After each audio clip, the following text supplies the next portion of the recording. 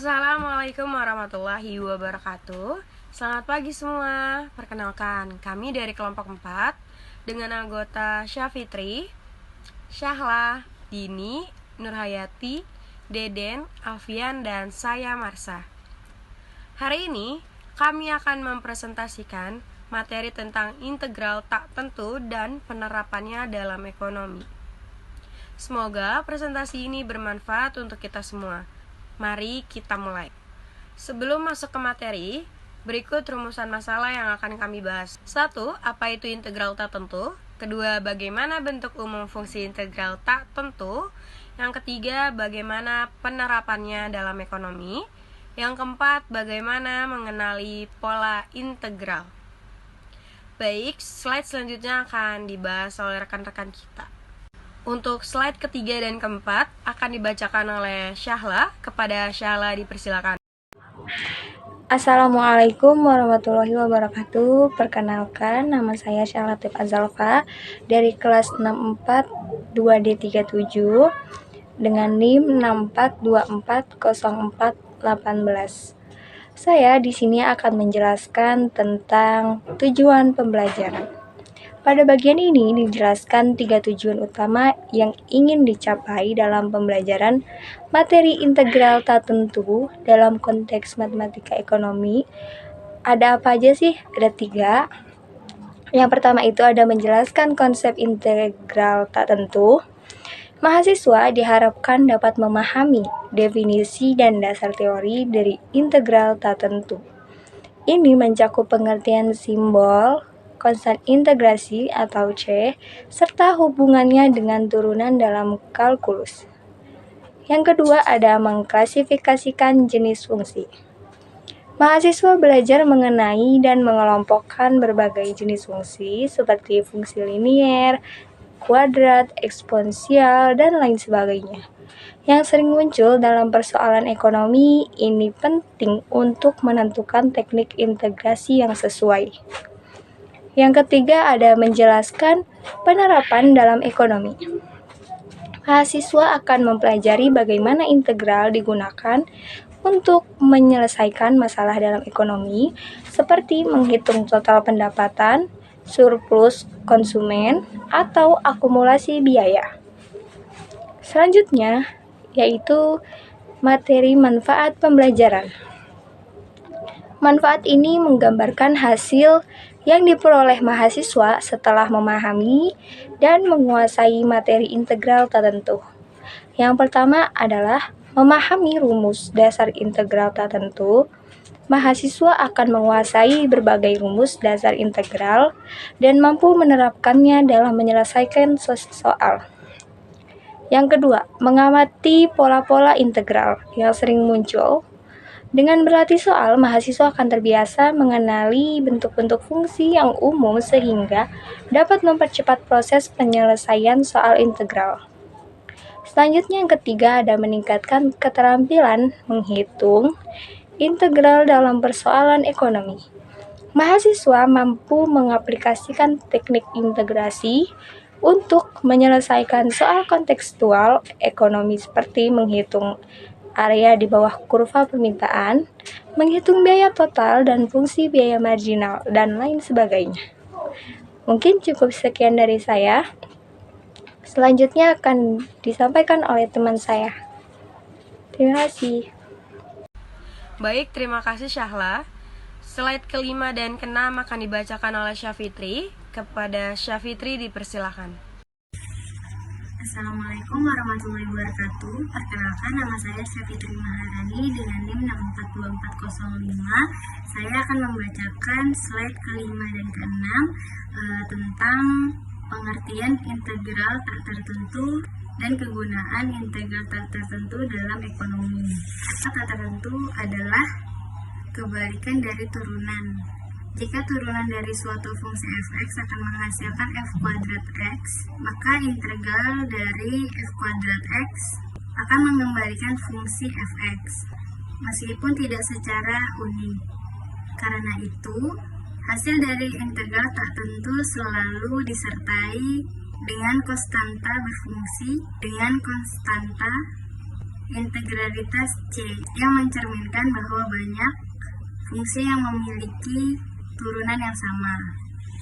Selanjutnya, kegunaan integral tak tentu dalam ekonomi memiliki 5 poin. Yang pertama, menentukan total biaya dari fungsi marginal MC. Yang kedua menghitung pendapatan dari pendapatan marginal. Yang ketiga, menyusun utilitas. Yang keempat, menghitung surplus produsen. Dan yang 5 terakhir, melakukan analisis biaya dan manfaat dalam sebuah proyek. Slide selanjutnya akan dibacakan oleh teman saya. Terima kasih. Baik, terima kasih Syafitri.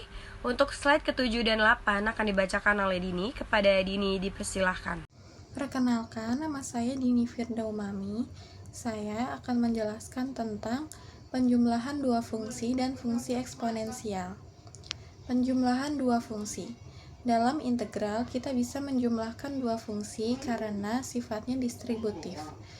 F dalam kurung X sum G dalam kurung X dx sama dengan F dalam kurung X dx sum G dalam kurung X dx.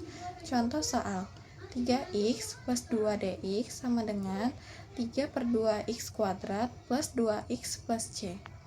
Ini sangat membantu jika kita menemukan fungsi yang merupakan gabungan dari beberapa bentuk. Lalu fungsi eksponensial. Fungsi eksponensial memiliki bentuk f(x) sama dengan ax kuadrat. Integral dari fungsi eksponensial seperti x kuadrat dx sama dengan x kuadrat plus c. Ax kuadrat dx sama dengan a min per ln a plus c. Fungsi ini sering muncul dalam model pertumbuhan ekonomi karena sifatnya yang eksponensial. Baik, terima kasih Dini. Untuk slide 9 dan 10 akan dibacakan oleh Nur Hayati. Kepada Nur Hayati dipersilahkan. Perkenalkan, nama saya Nur Hayati dengan NIM 64240423. Kali ini saya akan melanjutkan presentasinya, yaitu fungsi logaritma. Fungsi logaritma adalah kebalikan dari fungsi eksponensial. Integral paling umum yang perlu diingat adalah P 1 per X dx sama dengan 1n X ditambah C. Fungsi ini sering muncul saat kita mengintegralkan bentuk pecahan dengan variabel dan penyebutannya.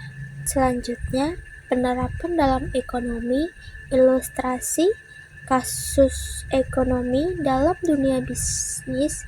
Fungsi biaya marginal atau FC atau pendapatan marginal atau MR seringkali diberikan dengan integral. Kita bisa menentukan total biaya C dan atau total pendapatan atau disebut R. Contoh penerapannya adalah 1. Jika biaya marginal satu produk adalah FC dikurang 6X, maka C di dalam kurung X sama dengan F6X dx sama dengan 3X per 2 dikali C1. Jika pendapatan marginal MR sama dengan 10X, maka R dalam kurung X sama dengan P10X dx sama dengan 5X per 2 tambah C. Itu menunjukkan bagaimana integral digunakan untuk membentuk fungsi total dan fungsi marginal. Baik, terima kasih Nur Hayati. Selanjutnya slide 11 dan 12 akan dibacakan oleh Deden. Kepada Deden dipersilahkan. Assalamualaikum warahmatullahi wabarakatuh. Perkenalkan, nama saya Deni Mulyana dengan NIM 64240611. Saya ingin menjelaskan tentang permintaan dan pendapatan. Jika permintaan P tanda kurung X sama dengan 10 dikurang 2X, maka pendapatan total R tanda kurung X sama dengan P tanda kurung X. Nah, X sama dengan tanda kurung 100 dikurang 2X sama dengan X. Nah, X sama dengan 100 X dikurang 2X kuadrat 2. Untuk menemukan fungsi marginal, MR DR sama dengan 100 dikurang 4X, lalu integralnya kembali untuk verifikasi.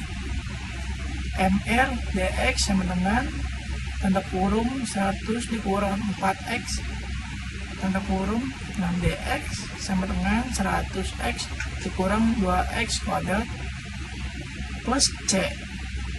Interpretasi pendapatan marginal menurun saat produksi meningkat, menunjukkan hukum penurunan hasil marginal. Dan ada juga pola penutup. Beberapa pola integral umum yang perlu diingat: xn dx, dx, dan 1x dx. Baik, terima kasih Deden. Untuk slide ke-13 dan 14 akan dibacakan oleh Alfian. Kepada Alfian dipersilakan.